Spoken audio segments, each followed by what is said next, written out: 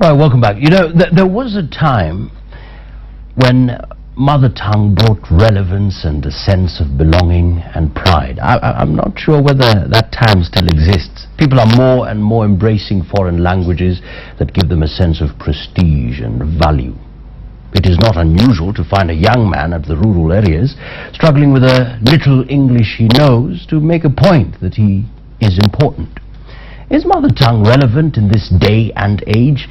Now, of course, to help us understand all that is Dr. Susan Nyaga, who is a language and education consultant working with Bible translation and literacy. Welcome to the Power Breakfast Show. And we also have Dr. Martin Njoroge, who is a senior lecturer, Kenyatta University. Thank you very much. Very well. Perhaps we could start with you, Dr. Njoroge. Is mother tongue relevant in this day and age? Thank you very much. Indeed, mother tongue is still very relevant.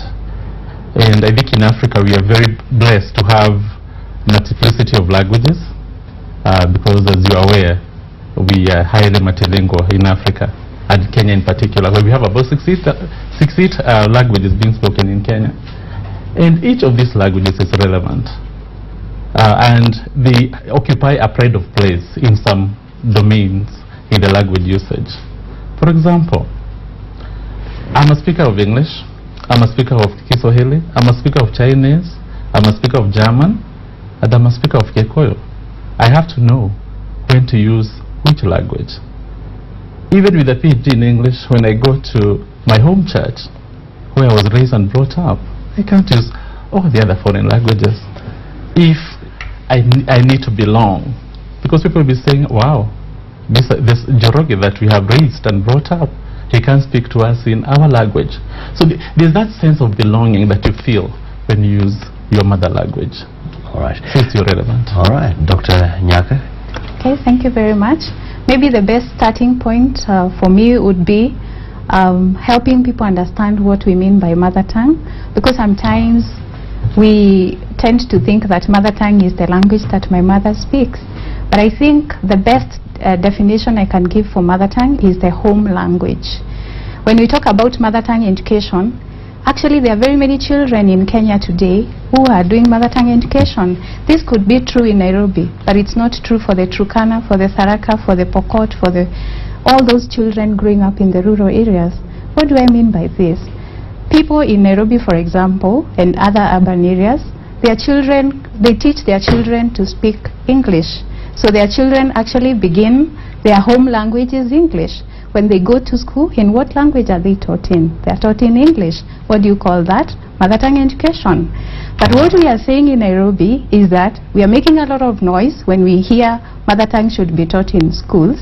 Our children in Nairobi are actually having mother tongue education, but we are insisting, let the Turkana child, the Pokot child, the Maasai child be taught in English. That will be mother tongue education for the Maasai child. So at the end of the day, actually the children in Nairobi who are growing up speaking English are the ones benefiting from the system. What about those who speak in Sheng? A lot of children in Nairobi speak in Sheng. Home language. Is that home language? If I'm not very sure there's a parent who is actually deliberately teaching their children Sheng, because most of the children are concerned with preparing the children for the school system. But out there in Maasai, out there in Turkana, in Pokot, and so many other rural communities in Kenya, children are growing up speaking only one language. How much are they benefiting from education in English? There's a question here. Somebody says here, teaching kids in vernacular is wasting them away. Honestly, with all due respect, English is the language. Perhaps that's what wasting. Yeah. I don't think we are wasting the children when we introduce them to formal learning in the language that they are familiar with right from home. For example, let's take a Turkana child or a Pokot child who is at home and is speaking this language.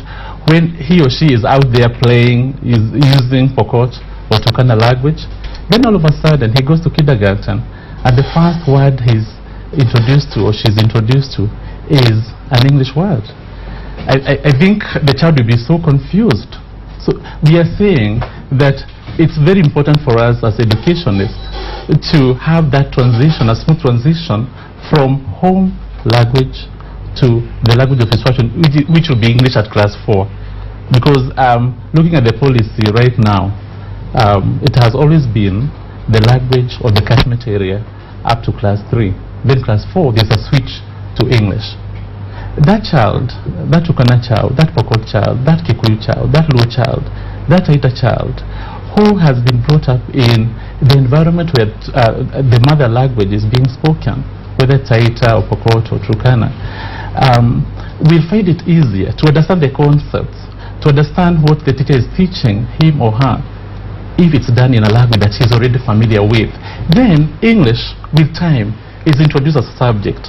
By the time the child comes to class 4, it will be very easy to make that switch. Otherwise, going to class 1 and you're being told, good morning, children, it will be a little bit difficult. I actually think teaching a child in a language that they do not speak or understand is a waste of time, other than teaching in the mother tongue. Because I do not see what a child benefits in an education system when they go to school in the morning. The teacher starts teaching them in English for 35 minutes. They have not understood one word of whatever the teacher has been talking about. What would you call a waste of time? Would you rather sit in a class, a child sits in a class and listens to a teacher and they do not understand anything, or they sit in a class and the teacher teaches them in a language that they understand and they can learn something out of that? Can you really see any quality education when you're providing it in a language that children do not understand? In the absence of understanding, can you talk about learning in the first place? But perhaps the issue is that, therefore, is there material? Is material, availability of material, and availability of teachers? That's a good issue. That can be done. Yeah, it's a good issue that is being debated out there, that we don't have enough materials, we don't have sufficient materials in terms of teaching. Like I think only maybe 16 or 20 language groups have materials developed at KIE. And we have very many NGOs like BTL, SIL, who are also helping to develop materials of the minority languages. For example, we have the Daraka project, Sabaot project, the Pokomo project, where materials are being developed to help them understand things from their own language point of view.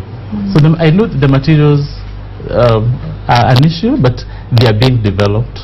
And we thank what we are saying is this, that in those classes, yes, if you are from Daraka, the teachers will be Daraka. Is that so?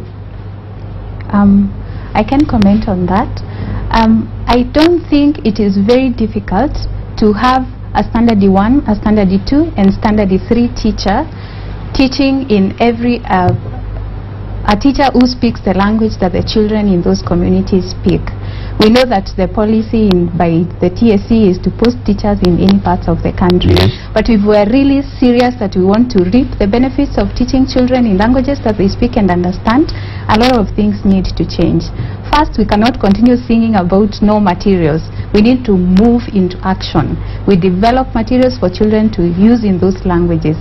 We need to retrain our teachers, help them first appreciate the role that the mother tongue plays in the overall academic achievement of a child, and realize what are the benefits of mother tongue education.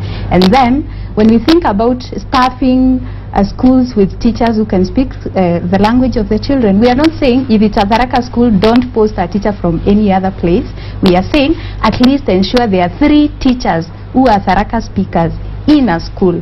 That way, those teachers will ensure that the children in standard 1, standard 2, and standard 3 will be taught in a language that they speak and understand. I'm just looking at the world, being a global village, and if you look at the world compared to a particular community, that community is like a drop in the ocean. Yes. And parents are looking at these children are going through the school system. We're looking at the business world, their key languages, English, Kiswahili, and of course the other foreign languages. How do you convince parents to now say, okay, let's introduce vernacular education? I think we have a lot to do in terms of awareness raising.